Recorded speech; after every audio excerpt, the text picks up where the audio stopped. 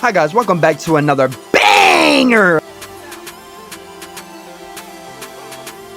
Just stop. Just stop it. Stop. No. Just stop. Of a video, you feel me? I know I've been gone for a little minute, but I'm back. So let's lock in. Because we pull up 40 deep on some sand shinobi, looking for anybody that got drip on. But that's when we get to spectating through the sandstorm, we see a dripped out midget standing next to a 6-foot tall dripped out blonde. Now I'm not gonna lie, they had that shit on, chat. But I'm sitting here thinking to myself, I know y'all didn't walk all the way here just to Aura Farm.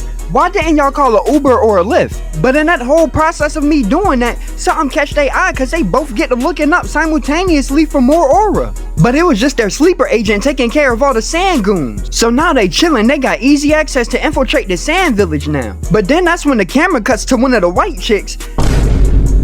He get to reaching out, I'm thinking he asking for lunch money. But a mouth get to opening up on his hand and get to spitting out a white substance. I'm like, Hey yo, what the fuck? because that same white substance gets turned into a bird. I know it's clay, but is it really though? So now Deidara end up going solo dolo for this mission, but he waits till nighttime to start his attack. But as soon as he touched down, my goat, the Kazekage himself in the flesh was waiting for him. And that must have struck the fear of God in Deidara because he skedaddles immediately. But the big Kage ain't about to let him get too far because his sand has entered the chat. We seen what happened to Rock Lee. Damn it. So I know Gara about to put the works on him. But we pull up on Nameless Shinobi 1 and Nameless Shinobi 2. They chillin' minding their business until they see a fat ass bird getting chased down by 3 sand pillars. But Gara had enough of this cat and mouse shit because he hopped into the air onto a dusty nimbus cloud. Now chat, that was just a warm up. They both locked in now. The great fight of art versus talent has been initiated. But Deidara just left his Ripper duck because he got that new DSLR camera installed in his Tugan. His freaky ass was trying to take a portrait mode photo of Gara. But you already know the big Kage not going for it. He don't fuck with the paparazzi. Because he retaliates with a sand tsunami that's damn near as big as Shikaku's back. I ain't big back bitch ass nigga! Just got a lot of sand on me! Now get back to the fight! But Deidara is not scared of a little sand. His hands start playing with that white stuff again. He's preparing for an attack. And then he starts shit talking our Sandy King like this some type of game to him. But I start thinking to myself, there's no way Deidara's about to come out on top. Because he keep throwing these dumbass little birds that are doing 0 damage. And not only that, Gara got the one-tailed beast, so there's no way Deidara's about to win. Until I see this buffoonery right here.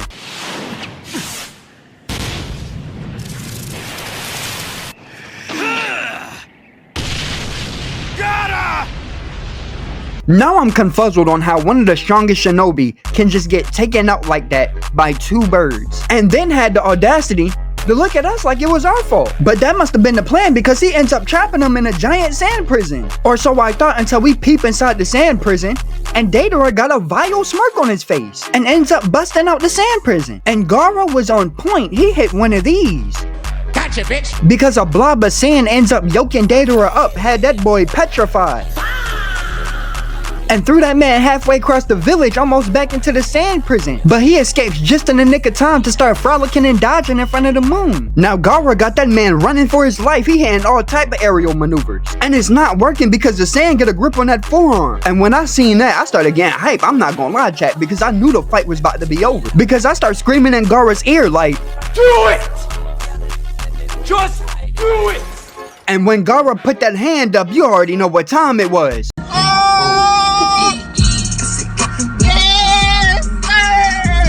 Because the big Kage end up popping his arm like a water balloon. Now if it was me, chat, I would have called it quits right there. I can't live without my left arm. What do you mean by that? But Deidara took that shit like a champ and started giving Gara some respect. But while he doing that, he get to reach into his bag and... Hey yo, what the fuck? That is not clay, chat. I repeat, that is not clay. When have you ever seen clay get manipulated like that? Manipulation. But he ends up using the rest of the clay he has left on this one attack. I'm already knowing this attack ain't gonna do nothing because birds of a feather flock together. And every bird Deidara sent out did 0 damage. But Deidara start ore farming mid-fight and it's not working because he's still missing the arm. But he get the yapping talking about I'm about to destroy the whole village. But before we can even see what happens next, we pull up on more nameless shinobi and Gaara's big brother. And this whole time Gaara's been fighting, they been spectating that shit. Ain't nobody move a muscle. But that's when we pull back up on Deidara and he start using Yap no Jutsu.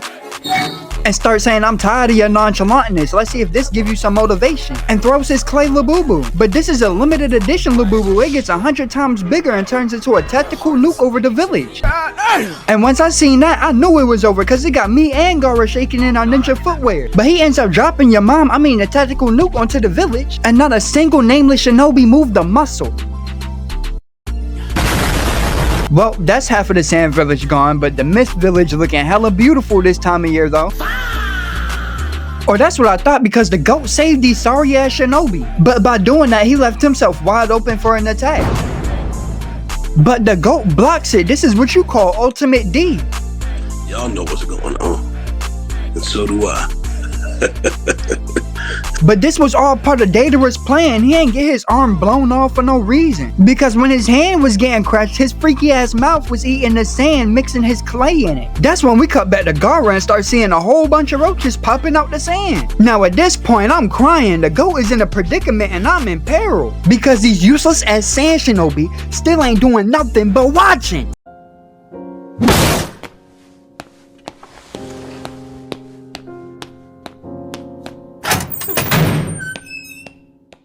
Now Deidara get to talking about true art is an explosion and gets to blowing up Gaara and was trying to make that man look like Two-Face.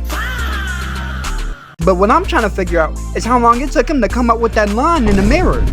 Like, sir, you did not cook with that corny ass line. Now Deidara goes in trying to take Gaara, but guess who finally steps up to the scenery? Your eyes don't deceive you because the useless sand shinobi finally lock in. They start firing hundreds of arrows into the air, even ones that got paper bombs attached to them. But I start to notice something. They not hitting nothing, not even getting any hit markers. They just shooting them shits like Shaq at the free throw line.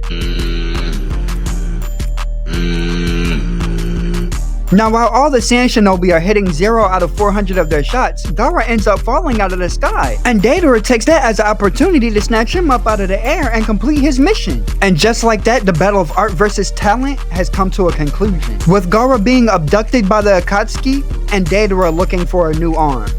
If you're here at the end of the video, I just want to give a huge shout out and thank you to you. And if you enjoyed the video, please leave a like, please subscribe, and I hope everyone has a good rest of their day, and I'll catch you on the next one. Shawty know that I'm the man though. Shawty bad, she said she from the west side. Tell that girl I'm from the north side. Yeah, it's cold in the north side. Yeah, it's cold in the north side.